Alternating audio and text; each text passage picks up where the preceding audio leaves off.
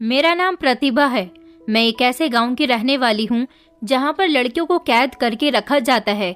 इस गांव में लड़कियों को खुलकर जीने की परमिशन नहीं होती, मगर मैं ऐसे ख्याल की नहीं थी। हालांकि मैं भी इसी गांव में पली बड़ी थी और मेरी शादी भी इसी गांव में हुई थी, मगर मैं सोचती थी कि बेटियां कैद करने के लिए नहीं होती, बल्कि उनको तो खुली हवा में सांस लेने के लिए छोड़ देना चाहिए। उनकी भी अपनी जिंदगी है और वो भी एक इंसान है।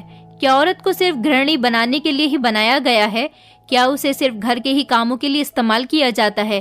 क्या पूरे घर की जिम्मेदारी और घर के लोगों की जिम्मेदारी औरत का ही कर्तव्य है? इन सारे सवालों के जवाब शायद कोई नहीं जानता। मैंने सोच लिया था कि मैं कभी अपनी बेटी के साथ ऐसा नहीं होने दूंगी। मैं अपनी बेटी को फुल फ्रीडम देना चाहती थी, उसे मजबूत बनाना चाहती थी ताकि वो आने वाले समय से लड़ सके। जो औरतें और लड़कियां घरेलू होती हैं वो सिर्फ घर के कामों के लिए ही परफेक्ट मानी जाती हैं, पर जो औरत घर या बाहर दोनों के कामों में परफेक्ट हो वो ही एक समझदार और सुलझी हुई औरत होती है, जो बुरे हालात में अपनी जिंदगी के हर मुश्किल समय में मजबूती से लड़ सकती है। मैंने भी अपने ससुराल वालों से, यहाँ तक कि अपने रिश्तेदारों से भी लड़ झगड़ कर अपनी बेटी को स्कूल पढ़ने के लिए भेज दिया था। वो लोग उसकी शिक्षा के सख्त खिलाफ थे, क्योंकि हमारे गांव में बेटियों को घर से बाहर निकलने की परमिशन नहीं होती थी और 13 साल की उम्र में ही उनकी शादी कर दी जाती थी। मेरी बेटी के दोस्त का भाई शहर से हायर स्टडी करके आया था और वो बहुत अच्छी अंग्रेजी बोलता था। मेरी बेटी भी अंग्रेजी सीखना चाहती थी। मेरी बेटी की दोस्त ने उससे कहा था कि तुम मेरे घर आ जाया करो, मेरे भैया तुम्हें भी अंग्रेजी सिखा देंगे। मेरी बेटी उससे अंग्रेजी की ट्यूशन लेने के लिए जाने लगी थी। वो उसे फ्री में अंग्रेजी की ट्यूशन दे रहा था। हमारे गांव में काफी सारे ऐसे लड़के थे जो शहर से पढ़कर आए थे और शहर में जाने के बाद ही कामयाब हुए थे। मेरी बेटी की दोस्त का भाई पढ़ाई में बहुत अच्छा था और शहर से पढ़ाई करने के बाद वो अपने परिवार के लिए काफी कुछ कर रहा था। मैं भी सोचती थी कि मेरी बेटी भी अगर पढ़ लिख जाएगी तो आगे चलकर वो मेरा सहारा बनेगी, क्योंकि मेरा बेटा इस लायक नहीं था। मगर जब से मेरी बेटी वहाँ ट्यूशन जाने लगी थी, उसकी हरकतें बड़ी अजीब हो गई थी। मैं सारा दिन अपने पति और अपने ससुराल वालों से बातें सुनती रहती थी, फिर भी उसे रोज ट्यूशन और स्कूल भेजती थी। उसके लिए मेहनत करती थी ताकि उसके खर्चे निकाल सकूं। पर आज जो चीज उसने मेरे सामने रखी, उसे देखकर तो मैं हैरान रह गई थी। वो ट्यूशन से आई थी तो उस चीज को अपने हाथों में पकड़े हुए बैठी थी। वो मेरे सामने ऐसे बैठ गई कि जैसे बहुत बड़ा वर्ल्ड कप लेकर आई है और मैं उसकी तारीफ करूंगी। मैंने उससे पूछा कि ये सब कुछ क्या है? क्या ये सब तुमने किया है? तुम आखिर ये क्या कर रही हो? उसने कहा, माँ मैं कुछ नहीं करती। बस ये कहकर वो खामोश हो गई थी। मुझे गड़बड़ का एहसास हो रहा था। इस बारे में मैं किसी को बता भी नहीं सकती थी। एक दिन मैं अपनी बेटी के दोस्त के यहाँ चली गई और चोरी चुपके उसके घर में जाकर देखा तो ये देखकर दंग रह गई कि मेरी बेटी तो अपने दोस्त के घर में थी ही नहीं। वो कहकर तो मुझसे अपनी दोस्त के घर का ही आती थी। अपनी बेटी को उसके दोस्त के घर पर ना देखकर मेरे तो होश ही उड़ गए थे कि आखिर वो कहाँ चली गई थी। फिर जब अगले दिन मैंने अपनी बेटी का पीछा किया तो मुझे पता चल गया था। अपनी बेटी को देखकर मेरे पास उसके पास तक जाने की हिम्मत नहीं थी, लेकिन वो नज़ारा मुझे मार डालने के लिए काफ़ी था, क्योंकि मेरी बेटी की उम्र 16 साल थी। उसका नाम मैंने अपने नाम की तरह ही रखा था, प्रतीक्षा। प्रतीक्षा बहुत ही भोली भाली थी और बहुत खूबसूरत थी। वो अपनी माँ पर गई थी क्योंकि मैं भी बहुत खूबसूरत थी। इतनी खूबसूरत थी कि मेरे पति ने जब मुझे पहली बार देखा था तो सबके सामने कह दिया था कि उसे मुझसे ही शादी करनी है। मेरे घर वाले गरीब थे और वो दहेज नहीं दे सकते थे। मेरे पति का कहना था कि उसे कुछ नहीं चाहिए, सिर्फ वो मुझसे शादी करना चाहता है। वो मुझे अपनी एक रिश्तेदार की शादी में मिला था। मेरी सास हम दोनों के रिश्ते पर तैयार नहीं थी, क्योंकि उनका कहना था कि उन्हें दहेज चाहिए। उनकी बाकी की बहुएं काफी सारा दहेज लेकर आई थी, लेकिन मेरे पति ने तो मेरी खूबसूरती की वजह से मुझे पसंद कर लिया था और उसने सब लोगों के सामने ये बात कह दी थी कि उसे दहेज नहीं चाहिए। सब लोगों के सामने जब ये बात आई तो उसके निर्णय का मान किया गया था।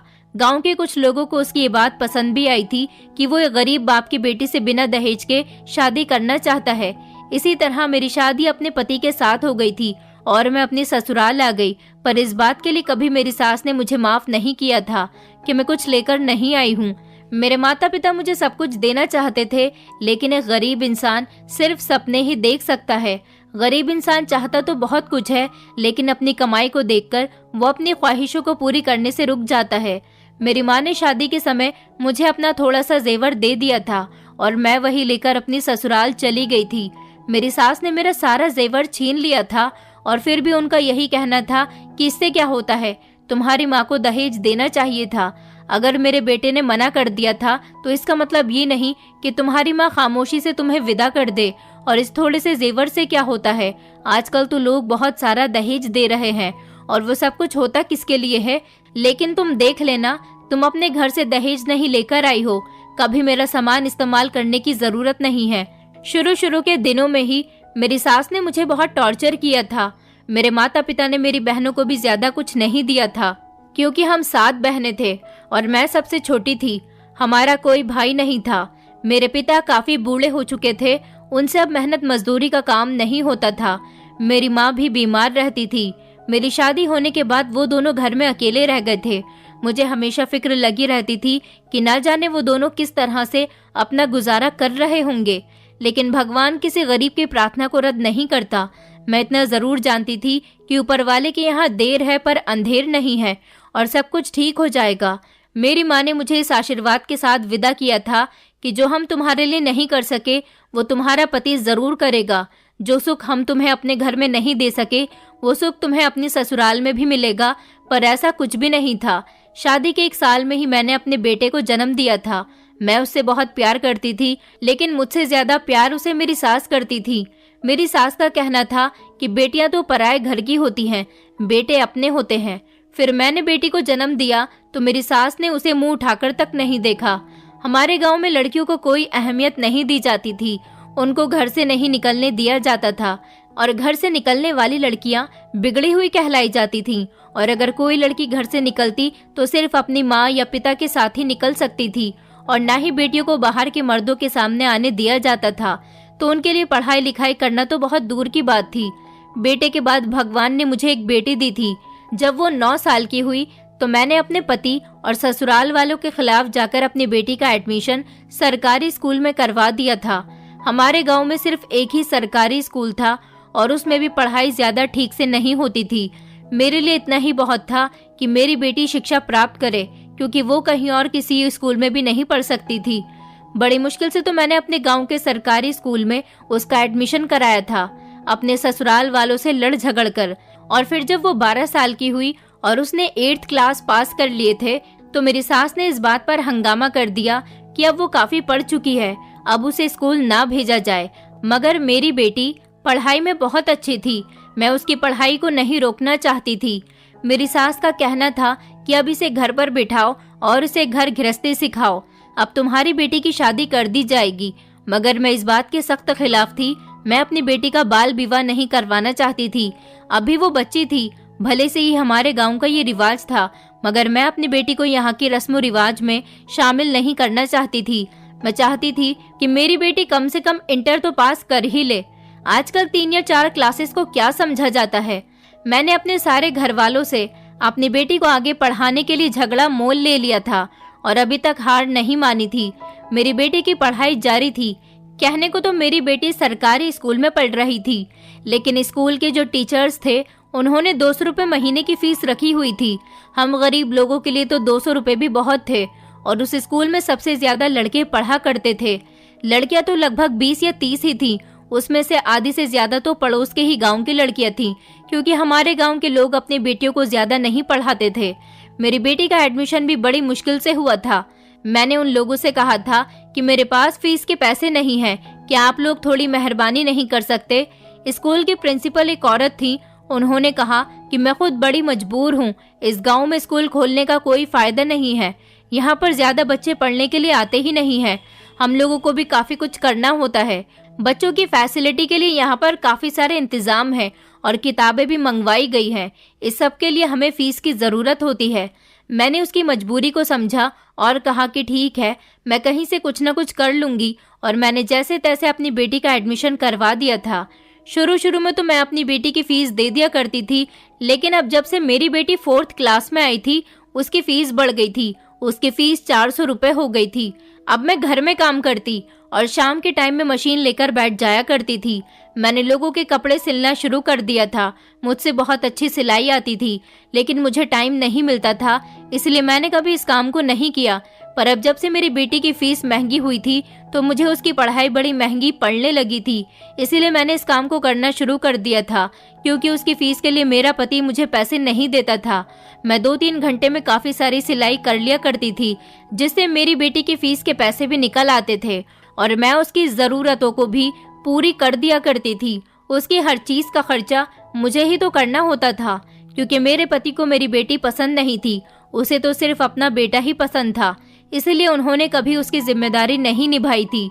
मेरे पति का कहना था कि अगर बेटी को पढ़ाना है और इसके शौक पूरे करने हैं तो मेरे पास इसके लिए पैसे नहीं हैं, तुम इसके हर काम की जिम्मेदार खुद हो, इसलिए इसकी सारी जिम्मेदारी तुमको ही उठानी है।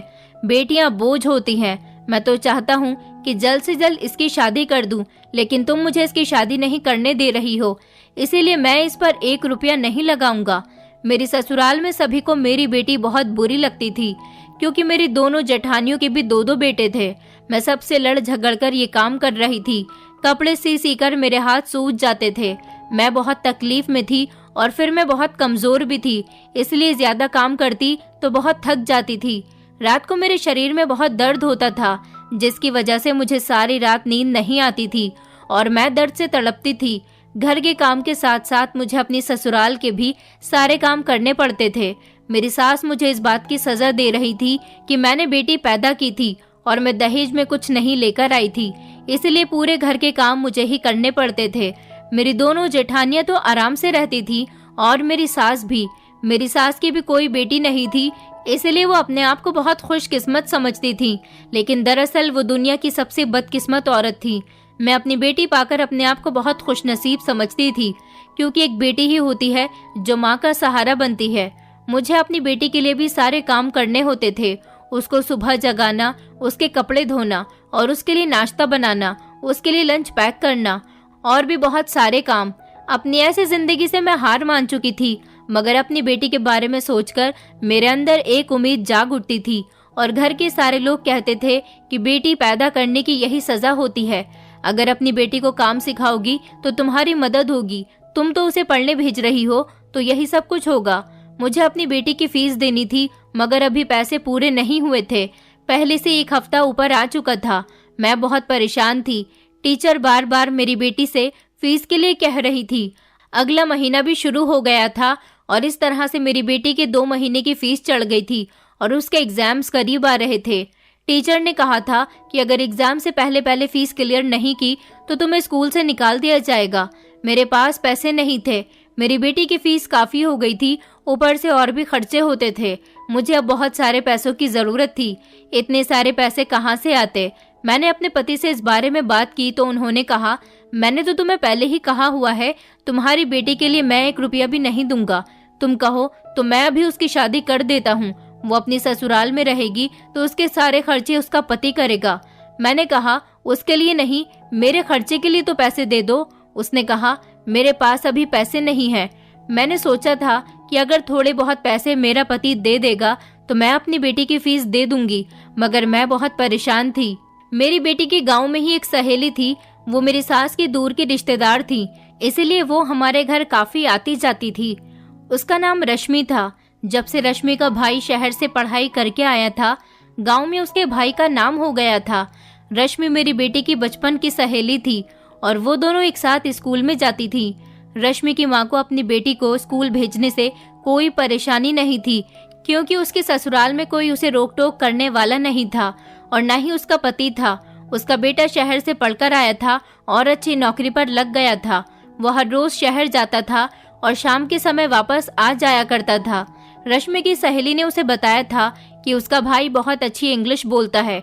उसने मेरी बेटी से कहा कि मेरे भैया मुझे भी इंग्लिश सिखा रहे हैं, मैं उनसे रोज ट्यूशन लेती हूँ। मेरी बेटी उसकी बात सुनकर बहुत इम्प्रेस हुई थी और वो चाहती थी कि वो भी उसके भाई से ट्यूशन ले और इंग्लिश में माहिर हो जाए, मगर मैं अपनी बेटी को पढ़ा रही थी, यही मेरे लिए बहुत था। मैं भी चाहती थी कि मेरी बेटी भी इंग्लिश पढ़े, लेकिन अगर मेरी ससुराल में ये बात पता चल जाती कि मेरी बेटी रश्मि के भाई से ट्यूशन पढ़ने जा रही है तो मेरे घर वालों को और ज्यादा गुस्सा आ जाना था। मेरी बेटी मुझे बार बार जिद करती कि माँ, मैं रश्मि के भैया से इंग्लिश सीखना चाहती हूँ, प्लीज आप मुझे वहाँ इंग्लिश सीखने के लिए भेज दो। रश्मि ने कहा है कि उसका भाई जैसे रश्मि को इंग्लिश सिखा रहा है, ऐसे ही मुझे भी सिखा देगा। अपनी बेटी के ज्यादा जिद करने पर मैंने इस बारे में सोचा था और मेरी बेटी की सहेली भी उसे बार बार फोर्स कर रही थी। मैंने अपनी बेटी को अपनी जिम्मेदारी पर उसके दोस्त के घर इंग्लिश सीखने के लिए भेज दिया था और घर पर ये झूठ बोल दिया था कि मेरी बेटी के स्कूल की टाइमिंग बढ़ गई है। इधर अभी तक मेरे पास उसकी फीस के लिए पैसे नहीं थे। मैं बहुत ज्यादा परेशान थी। मैंने अपने पति से दोबारा पैसे मांगने की कोशिश की तो उन्होंने मुझसे झगड़ना शुरू कर दिया, क्योंकि वो इससे पहले भी मुझे पैसे देने से मना कर चुके थे। इस बात पर हम दोनों के बीच इतना झगड़ा हुआ कि मेरे पति ने मुझे मारना पीटना शुरू कर दिया था। अचानक इस मौके पर मेरी बेटी घर आ गई। जब मुझे मेरा पति पीटता था तो घर में कोई भी नहीं बचाता था। मेरी बेटी आगे आई और उसने मुझे अपने पिता से बचा लिया और फिर वो खामोशी से अपने कमरे में जाकर बंद हो गई थी, क्योंकि वो भी परेशान थी। थोड़ी देर के बाद जब उसने कमरे का दरवाजा खोल दिया तो मैं कमरे में चली गई थी, क्योंकि हम दोनों माँ बेटी का एक ही कमरा था। मेरे पति और मेरा बेटा एक साथ दूसरे कमरे में सोया करते थे। आज मेरी बेटी अपने दोस्त के यहाँ अंग्रेजी सीखने के लिए गई थी, इसलिए उसे घर आने में देर हो गई थी, जबकि मैं घर पर झूठ बोल चुकी थी कि मेरी बेटी के स्कूल की टाइमिंग बढ़ गई है, अब उसकी छुट्टी देर से हुआ करेगी।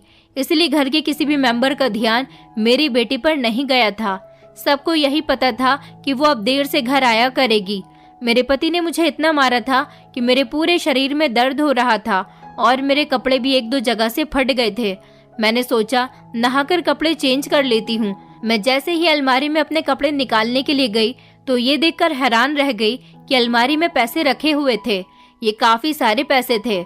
मैंने सोचा ये पैसे कहाँ से आए, क्या मेरे पति ने रख दिए हैं?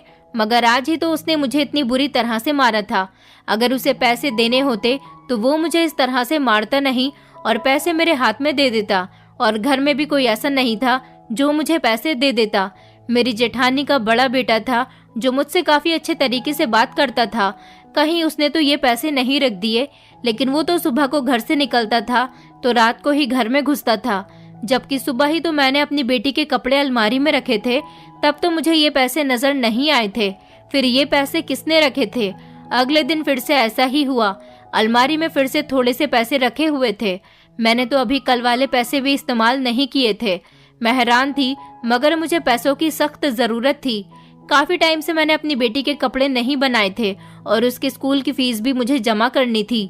मैंने वो पैसे अपनी बेटी को दे दिए और कहा कि इसमें से अपनी फीस जमा कर लो और किताबें भी खरीद लेना। कुछ ऐसी किताबें थी जो मेरी बेटी को दुकान से खरीदनी थी। पैसों की कमी की वजह से उसने अभी तक बुक्स नहीं खरीदी थी और फिर कहा था कि अच्छा खा भी लेना। मेरी बेटी पैसों को देखकर बहुत खुश थी और सबसे ज्यादा खुशी उसे इस बात की थी कि मैंने उसकी जिद को भी पूरा कर दिया था कि वो अपनी दोस्त के घर जाकर इंग्लिश सीख रही थी। मेरी बेटी पैसे लेकर जाने लगी, तभी अचानक से वापस पलट आई और मेरे गले लगकर कहने लगी, माँ मैं आपसे बहुत प्यार करती हूँ। मैंने कहा, मेरी प्यारी बेटी, मैं भी तुमसे बहुत प्यार करती हूँ। तुम मेरे लिए सब कुछ हो। मेरा एक बेटा भी है, लेकिन मैं तुमसे ज्यादा प्यार करती हूँ। जानती हो क्यों? क्योंकि तुम में मुझे अपना आप नजर आता है। मेरे माता पिता गरीब थे, इसलिए मुझे पढ़ा लिखा नहीं सके। मुझे भी पढ़ने का बहुत शौक था, मगर मैं कभी भी तुम्हारे शौक को अधूरा नहीं रहने दूंगी। मुझसे जितना हो पाएगा मैं तुम्हारे लिए करूंगी। जो कुछ मुझे नहीं मिला मैं तुम्हें जरूर लेकर दूंगी और तो और तुम्हारे हर सपने को पूरा करूंगी। मेरी बेटी कहने लगी, माँ मैं भी आपकी मदद करूंगी। बस बहुत देख लिया आपको मेहनत करते हुए। मैं चाहती हूँ कि मैं आपकी सारी परेशानियों को दूर कर दूं। मैं आपकी मदद कर सकती हूँ। अपनी बेटी की बात सुनकर मैं हैरान हुई कि वो ऐसा क्यों कह रही है। भला वो मेरी मदद कैसे कर सकती थी? फिलहाल मुझे ऐसा लगा कि शायद वो इमोशंस में बहकर ऐसी बातें कर रही है, क्योंकि मेरी बेटी जानती थी कि मैंने उसके लिए कितने सैक्रिफाइस किए हैं और उसकी खुशी की खातिर मैंने सब कुछ किया है। उसके पिता से मार तक खाई है और उसके घर वालों से वो हर बुरी बात सुनी है और बर्दाश्त की है, जो शायद कोई नहीं कर सकता। फिर वो अपनी पढ़ाई करने के लिए बैठ गई थी। मैंने सुकून की सांस ली थी कि चलो जो जरूरत थी वो तो पूरी हो गई, पर ये पैसे कहाँ से आ रहे थे? इस घर में ऐसा कोई भी नहीं था जो मेरी मदद कर सकता। और ज्यादा हैरानी मुझे तब हुई थी जब तीसरे दिन भी मेरी अलमारी में पैसे रखे हुए थे। अब मैंने कमरे में नजर रखना शुरू कर दी कि आखिर मेरे कमरे में कौन जाता है जो पैसे रखता है। मैंने सारे काम अपने कमरे के पास बैठकर ही किए, बर्तन भी बाहर बैठकर धोए और कपड़े भी। मेरे कमरे में सिर्फ मेरी बेटी ही जाया करती थी, क्योंकि ये हम दोनों का ही कमरा था और कमरे के अंदर सिर्फ वही जाती थी। स्कूल से आने के बाद पूरा दिन कमरा खाली पड़ा रहा और वहाँ कोई नहीं गया। जब मेरी बेटी स्कूल से आई और पढ़ाई करने में बिजी हो गई तो मैंने जैसे ही अलमारी खोलकर देखा तो मैं हैरान रह गई थी। आज भी पैसे रखे हुए थे। इसका मतलब ये था कि पैसे मेरी बेटी ही रख रही थी। पर मेरी बेटी इतने सारे पैसे कहाँ से लेकर आ रही थी? मेरे दिमाग में आया कि कहीं मेरी बेटी चोरी तो नहीं कर रही थी, क्योंकि इतने ज्यादा पैसे तो वो चोरी करके ही कमा सकती थी। मैं बहुत परेशान हो गई। मैंने उसकी इतनी अच्छी परवरिश करने की कोशिश की थी, कहीं वो किसी गलत रास्ते पर तो नहीं निकल गई थी। मैंने एक दिन प्यार से उसे अपने पास बुलाया और पूछा, बेटी क्या तुमने अलमारी के अंदर पैसे रखे थे? तो उसकी शक्ल पर ही लिखा था कि जैसे ये सब कुछ उसने ही किया है। उसने कहा, जी माँ मैंने ही रखे थे। मैंने कहा, बेटा तुमने क्यों रखे थे और तुम्हारे पास कहाँ से आए? तो वो कहने लगी, माँ मैंने ये पैसे आपके लिए ही रखे थे, आपकी मदद करने के लिए। मैंने कहा, तुम ये पैसे कहाँ से लेकर आई हो? उसने कहा कि मैंने ये पैसे खुद कमाए हैं। मैंने अपनी बेटी से कहा, लेकिन तुम क्या करती हो? तो वो कहने लगी, ये तो मैं आपको नहीं बता सकती, मगर ये पैसे मैंने कमाए हैं, ये मेरे कमाए हुए पैसे हैं। मेरी बेटी अब जवान हो रही थी और वो मेरी ही तरह बहुत खूबसूरत थी, कमसिन थी, लेकिन बेवकूफ नहीं थी। वो अपनी उम्र से ज्यादा समझदार थी, क्योंकि इस घर में उसने अपनी माँ को घर के लोगों का अत्याचार सहते हुए भी देखा था। इसलिए उसके अंदर कोई इतना बचपन नहीं था, वो इतनी मासूम नहीं थी और ये भी जानती थी कि आज के जमाने में पैसे कमाना कोई आसान बात नहीं है। मैंने कहा, सुनो प्रतीक्षा, मेरी बात गौर से सुनो बेटी, ये जो तुम रोज इतने सारे पैसे। अभी हम दोनों इस बारे में बात कर ही रहे थे कि अचानक मेरा पति कमरे में आ गया। उसने हम दोनों को इस तरह से बैठे हुए देखकर कहा कि पैसों के बारे में माँ बेटी क्या बातें कर रही हो? मैंने कहा कि मुझे कुछ पैसों की जरूरत है, क्या आप मुझे दे सकते हो? मेरे पति ने मुझसे कहा कि मैं तुम्हें पैसे तो नहीं दे सकता, मगर जिसके लिए तुम पैसे मांग रही हो उसकी शादी जरूर करवा सकता हूँ। अपने पति के मुंह से मैं ये बात कई बार सुन चुकी थी। मैं अपनी बेटी को इतनी कम उम्र में शादी नहीं करवाना चाहती थी। मुझे गुस्सा आ गया और मैंने अपने पति से कह दिया कि जैसा आप सोच रहे हो ऐसा नहीं हो सकता। मुझसे अपनी बेटी के लिए जितना बन सकेगा मैं करूंगी, लेकिन कम उम्र में कभी भी उसकी शादी नहीं करूंगी। मेरे पति ने कहा, तो फिर ठीक है, मेरे पास एक भी रुपया नहीं है तुम लोगों के लिए। ये कहकर मेरा पति कमरे से बाहर निकल गया था। मेरा पति अभी दरवाजे के बाहर ही खड़ा हुआ कुछ कर रहा था। मेरी बेटी कुछ बोलने लगी, मैंने उसे इशारा करते हुए खामोश कर दिया था। मैं नहीं चाहती थी कि ये बात मेरे पति को पता चले, क्योंकि ये बात अगर मेरे पति को पता चल जाती तो बहुत बड़ा तूफान आ जाना था और वो सीधा जाकर ये बात मेरी सास को बताता और मेरे लिए एक और नई मुसीबत आ जाती। पहले मैं खुद पता करना चाहती थी कि आखिर बात क्या है। वैसे ये बात बहुत अजीब थी कि मेरी बेटी स्कूल जाती है और ट्यूशन जाती है, इसके अलावा तो वो कभी घर से बाहर निकलती ही नहीं। तो फिर वो पैसे कहाँ से ला रही थी? इस बात का जवाब तो वही दे सकती थी, मगर उसने तो जवाब देने से इनकार कर दिया था। एक दिन मैं उसके स्कूल चली गई। मैंने वहां जाकर देखा तो मेरी बेटी पढ़ाई कर रही थी। मैंने उसके टीचर से भी उसके बारे में पूछा था कि वो छुट्टी तो नहीं करती, सही से पढ़ रही है ना, और पढ़ाई में कैसी है, कोई गलती तो नहीं करती। उसके टीचर्स ने कहा कि आपकी बेटी पढ़ाई में बहुत अच्छी है और कोई छुट्टी भी नहीं करती, कोई पीरियड भी मिस नहीं करती। आपकी बेटी बहुत इंटेलिजेंट है, एक दिन आपका नाम रोशन करेगी। स्कूल में तो सब कुछ ठीक था। मुझे यकीन था कि अगर कोई गड़बड़ वाली बात होती तो उसकी टीचर मुझे जरूर बताती, पर टीचर ने तो मेरी बेटी की तारीफ ही की थी। इसका मतलब कि टीचर को भी कुछ नहीं पता था। मेरी बेटी के लाए हुए पैसे मेरे लिए एक मुसीबत बन गए। जब वो पैसे मेरे पति ने अलमारी में रखे हुए देख लिए, तब मेरे पति ने कहा कि तुम्हारे पास तो पहले से ही इतने सारे पैसे हैं, तो फिर तुम मुझसे पैसे क्यों मांगती हो? अपने पति को तो मैंने बहाना दे दिया था कि ये मेरी सिलाई के पैसे हैं, कल ही मुझे एक औरत देकर गई है। मैं हैरान थी कि सच में मेरी बेटी के लाए हुए पैसे मेरे लिए बहुत बड़ी परेशानी बन गए थे। अब मुझे झूठ पर झूठ बोलना पड़ रहा था। मेरे पति ने वो पैसे अपने पास रख लिए थे और कहा कि और सिलाई कर लेना और थोड़े पैसे मुझे भी दे देना। मैंने अपने पति से कहा कि ये पैसे मेरी बेटी की स्कूल की फीस के लिए हैं। मेरे पति ने कहा कि उसके स्कूल की फीस देने की कोई ज़रूरत नहीं है। मैं तुमसे कई बार कह चुका हूँ कि इसकी शादी कर दो और इस पर पैसा बर्बाद करना बंद करो। मैंने अपने पति से पैसे लेने की बहुत कोशिश की, मगर उसने मुझे पैसे नहीं दिए। उसने कहा कि मुझे भी अभी पैसों की ज़रूरत है। मेरा पति बहुत बुरा इंसान था।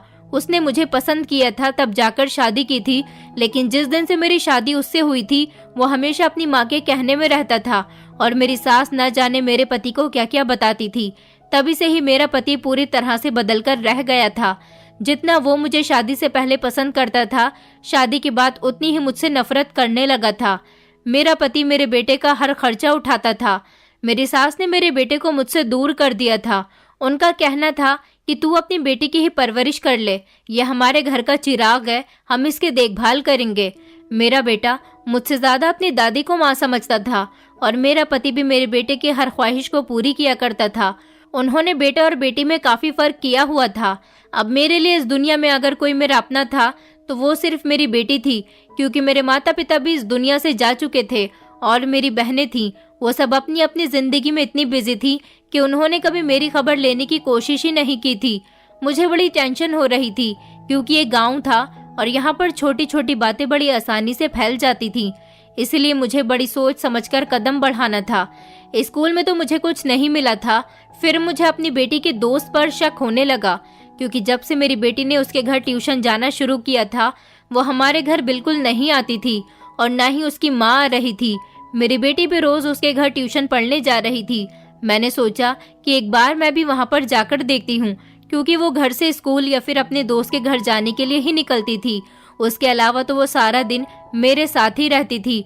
पर जब मैं अपनी बेटी के दोस्त के घर उसके ट्यूशन के टाइम पर गई तो ये देखकर हैरान रह गई कि मेरी बेटी और उसके दोस्त वहां पर थी ही नहीं। मेरी बेटी की जो दोस्त थी उसके घर का दरवाजा खुला हुआ था। उसका घर ज्यादा बड़ा नहीं था, सिर्फ एक छोटा सा कमरा और छोटा सा ही आंगन था। उसके घर का दरवाजा खुला हुआ था। मैंने झांक कर देखा तो पूरे घर में उसकी माँ के अलावा मुझे कोई नजर नहीं आ रहा था। मैं घर के अंदर तो नहीं गई, मगर बाहर से ही देखकर समझ गई थी कि मेरी बेटी यहाँ पर नहीं है। मुझे कुछ गड़बड़ का एहसास हो रहा था, क्योंकि वो लड़का जो मेरी बेटी को ट्यूशन पढ़ाता था वो भी यहाँ पर मौजूद नहीं था। अब मुझे उस लड़के पर शक हो रहा था कि कहीं उसने मेरी बेटी के साथ तो कुछ नहीं कर दिया। मैं बड़ी परेशान थी और सोच रही थी कि किस तरह से सच्चाई का पता लगा सकूं। मैं खामोशी से अपने घर आ गई थी। मैंने अपनी बेटी को भी शक होने नहीं दिया था कि मैं उसके बारे में जानने के लिए स्कूल और उसके दोस्त के घर भी जा चुकी हूँ। अगले दिन मैं अपनी बहन के घर का कहकर अपनी ससुराल से सुबह के समय ही निकल चुकी थी, क्योंकि आज मुझे आधा दिन लग सकता था। मेरी बेटी 5 घंटे तो स्कूल में ही रहती थी और उसके बाद 2 घंटे के लिए वो अपने दोस्त के घर जाने लगी थी। जब मेरी बेटी स्कूल चली गई तो मैं भी उसके पीछे पीछे उसके स्कूल गई।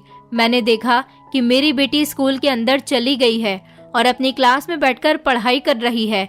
मैं आज भी उसकी टीचर से थोड़ी बहुत बातचीत करके स्कूल के बाहर आकर खड़ी हो गई थी और उसके छुट्टी पर बाहर निकलने का इंतजार करने लगी थी। कड़ी धूप में खड़े खड़े मुझे 5 घंटे हो चुके थे। जब स्कूल की छुट्टी हुई तो मेरी बेटी अपनी दोस्त के साथ बाहर निकली थी। मैंने जल्दी से अपना चेहरा छुपा लिया ताकि मेरी बेटी मुझे ना पहचान ले। मेरी बेटी और उसकी दोस्त अब मिलकर घर जा रही थी। मैं अभी भी उन दोनों का पीछा कर रही थी। वो दोनों घर के अंदर चली गईं। मैं रश्मि के घर के बाहर ही खड़ी हो गई थी, लेकिन ये देखकर हैरान रह गई कि 5 मिनट के बाद मेरी बेटी और रश्मि ने कपड़े बदल लिए थे और वो दोनों अपने चेहरे को ढककर उस लड़के के साथ घर से बाहर निकल रही थी। मैं चौकन्ना हो गई थी कि आखिर ये तीनों कहाँ जा रहे हैं। मैं उनका पीछा करने लगी। वो तीनों पैदल चलते चलते काफी दूर तक आ गए थे। वो तीनों तो आपस में बातें कर रहे थे, इसलिए उन्हें रास्ते का पता ही नहीं चल रहा था। मैं अकेली थी, इसलिए इतने दूर तक चलते चलते बहुत थक गई थी। हमारा गांव अब काफी दूर रह गया था और वो अब दूसरे गांव में आ गए थे। यह हमारे गांव के पास वाला ही गांव लगता था। इस गांव में आने के बाद ये तीनों एक बड़े से घर के आगे रुक गए थे और उसके बाद उस लड़के ने उन दोनों को घर के अंदर जाने का इशारा किया और खुद बाहर ही खड़ा हो गया था। रश्मि और मेरी बेटी घर के अंदर चली गई थी।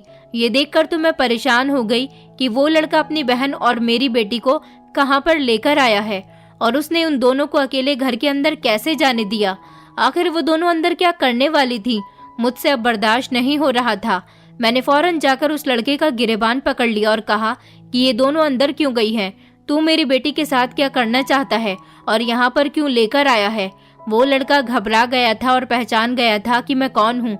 उसने मुझसे कहा, तसल्ली रखो आंटी, प्लीज मुझे छोड़ दो। आप प्रतीक्षा की मम्मी हो, मैं आपको अच्छी तरह से जानता हूँ, लेकिन एक बार मेरी बात तो सुन लो। उसने मेरे आगे हाथ जोड़ दिया और कहने लगा, आंटी आप ये भी तो देखो कि प्रतीक्षा के साथ साथ मेरी बहन भी है।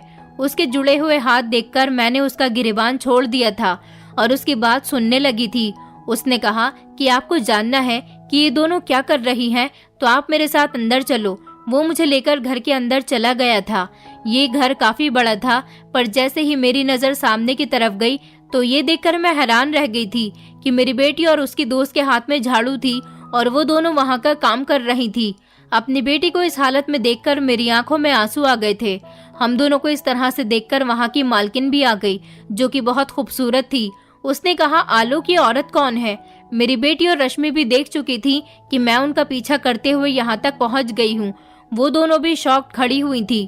मैं फौरन ही अपनी बेटी के पास गई और उसके हाथ से झाड़ू छीनकर कहने लगी, क्या कर रही हो तुम यहाँ पर। मैं अपनी बेटी के थप्पड़ मारने जा रही थी, तभी मेरा हाथ उस मालकिन ने रोक लिया। मैंने अपना हाथ झटककर वापस छुड़वा लिया। मैंने कहा, आखिर यहाँ पर क्या हो रहा है।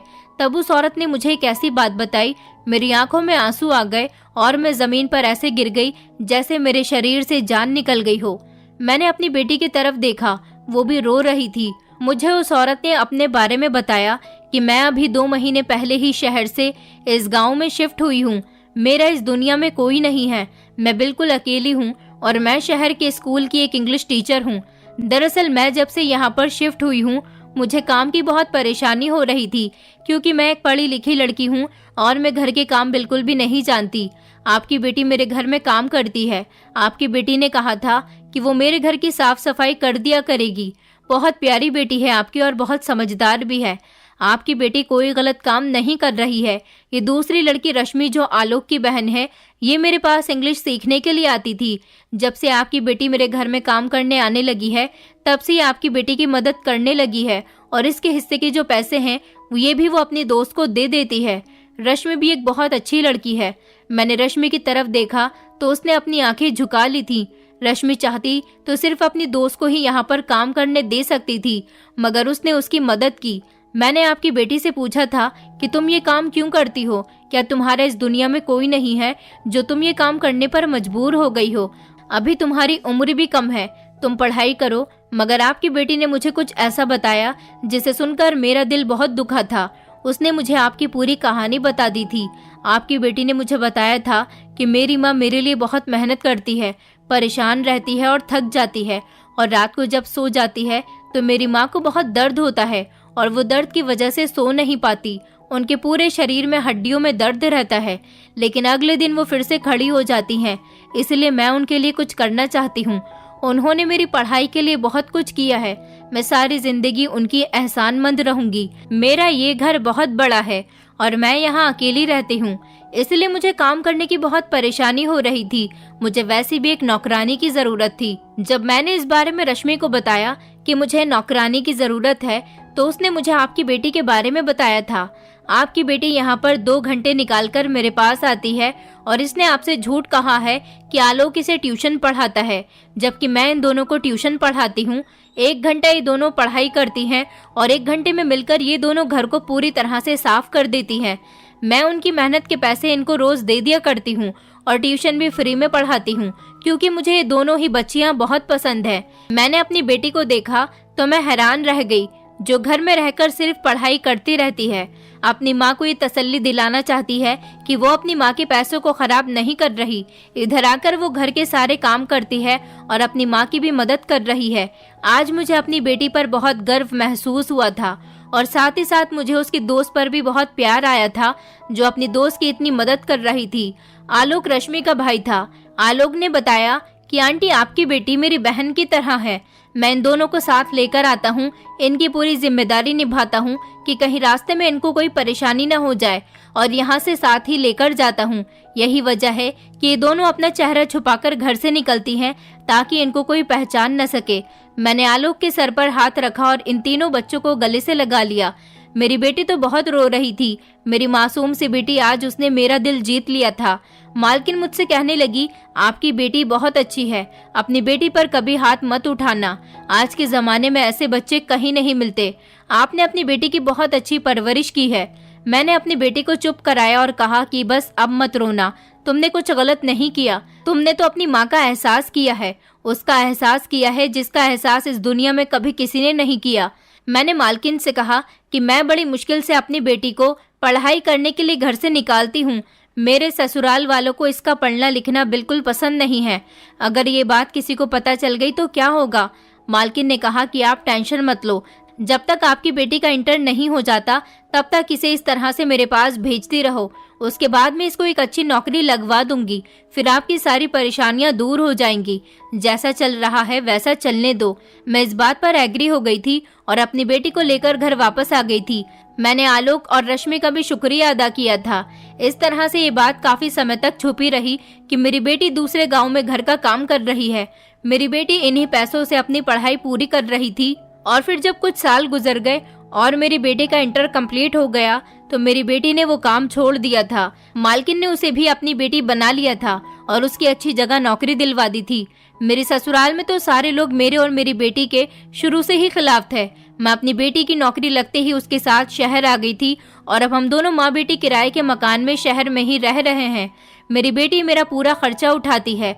घर छोड़ने पर मेरे पति ने मुझे डाइवोर्स दे दी थी क्योंकि वो इंसान कभी मेरा था ही नहीं। अब मैं अपनी बेटी के साथ बड़े चैन और सुकून की जिंदगी गुजार रही हूँ। मैंने अपनी बेटी को पढ़ाया लिखाया, आज मेरी बेटी मेरा नाम रोशन कर रही है। कहने को तो मेरे पास बेटा भी था मगर उसने कभी मेरा साथ नहीं दिया। मेरी बेटी बेटों वाला ही काम करके मेरा साथ दे रही थी, इसलिए कभी भी बेटा और बेटी में फर्क ना करें।